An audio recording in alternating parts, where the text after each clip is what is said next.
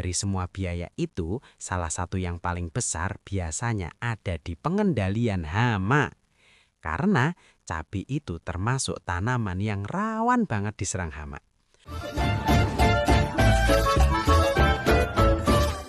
Halo Juragan, ketemu lagi sama Min Bro di Moi Kasih Info. Kemarin kita sempat bahas ya Gan, kenapa harga cabai itu sering mahal.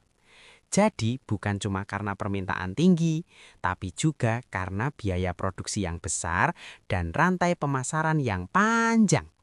Dan jujur aja, nanam cabai itu memang susah-susah gampang. Selain perawatan yang detail, biaya produksinya juga nggak sedikit. Mulai dari nutrisi, pestisida, sampai tenaga kerja. Nah, Juragan, dari semua biaya itu, salah satu yang paling besar biasanya ada di pengendalian hama. Karena cabai itu termasuk tanaman yang rawan banget diserang hama. Mulai dari ulat gerayak, kutu daun, trips, tungau, sampai kutu kebul yang bisa menyerang dari awal tanam sampai panen. Dan yang bikin pusing, serangannya sering datang cepat dan masif. Sekali kena, bisa bikin tanaman langsung turun performanya. Makanya, selama ini banyak dari kita mengandalkan pestisida kimia. Dan memang nggak bisa dipungkiri, itu masih jadi senjata utama.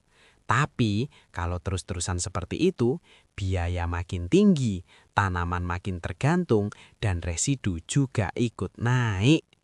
Nah, Juragan, di video kali ini Min Bro mau kasih alternatif.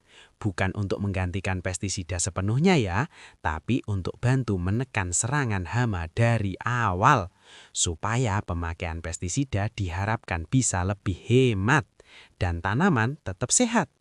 Caranya, kita manfaatkan musuh alami hama di lahan kita sendiri. Di alam itu sebenarnya sudah ada pasukan gratis yang bisa bantu kita lawan hama.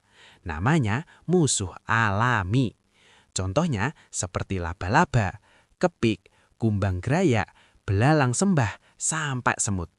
Mereka ini kerjanya satu, makan hama yang merusak tanaman cabai dan tanaman-tanaman lainnya di lahan kita. Tapi masalahnya seringkali kita nggak sadar lingkungan di lahan kita itu kurang mendukung mereka untuk hidup. Akhirnya jumlahnya sedikit dan hama jadi lebih mudah berkembang. Nah, disinilah peran penting yang namanya tanaman refugia.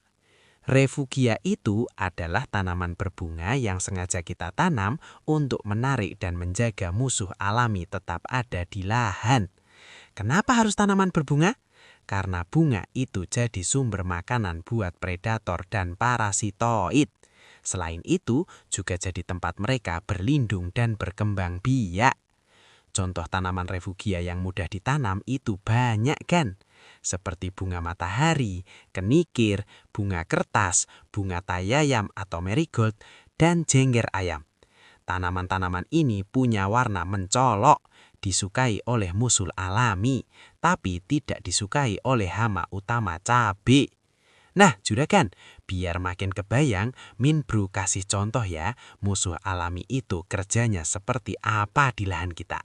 Yang pertama, kepik atau kumbang. Ini jagoannya makan kutu daun dan kutu kebul nih. Dalam sehari bisa makan puluhan bahkan ratusan kutu. Yang kedua, laba-laba. Ini predator umum, hampir semua serangga kecil bisa dimakan. Mulai dari trips, lalat kecil, sampai kutu-kutuan. Yang ketiga, belalang sembah.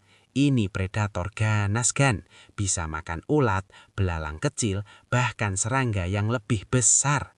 Yang keempat, semut. Hayo, siapa yang pernah ngira semut hama? Ternyata, selain mengganggu pergerakan hama, semut juga bisa bantu mengurangi telur dan larva serangga. Dan yang keempat, kumbang tanah. Dia aktif di tanah, bantu makan larva hama dan ulat kecil di permukaan tanah. Jadi, Juragan, kalau musuh alami ini jumlahnya banyak di lahan kita, hama itu nggak akan sempat berkembang terlalu parah. Karena sudah dikerjain duluan sama predator alami. Makanya refugia itu penting banget karena dengan adanya bunga, musuh alami punya makanan, tempat tinggal, dan tempat berkembang biak. Jadi mereka nggak cuma datang sebentar, tapi bisa menetap dan kerja terus di lahan kita. Jadi intinya juragan, pestisida itu bisa tetap kita pakai, tapi bukan satu-satunya cara. Kalau kita bisa manfaatkan musul alami dan refugia, kita sudah bantu tanaman kita sejak awal. Karena bertani itu bukan cuma soal membasmi, tapi mengelola ekosistem. Di lahan juragan sendiri, hama apa yang paling sering muncul? Dan sudah pernah coba tanam refugia belum? Tulis di kolom komentar ya kan, kita bahas bareng-bareng. Kalau juragan merasa ini bermanfaat, jangan lupa like, subscribe, dan nyalakan loncengnya. Biar nggak ketinggalan info pertanian simple tapi nendang bareng Min Bro. Sampai ketemu di video berikutnya juragan.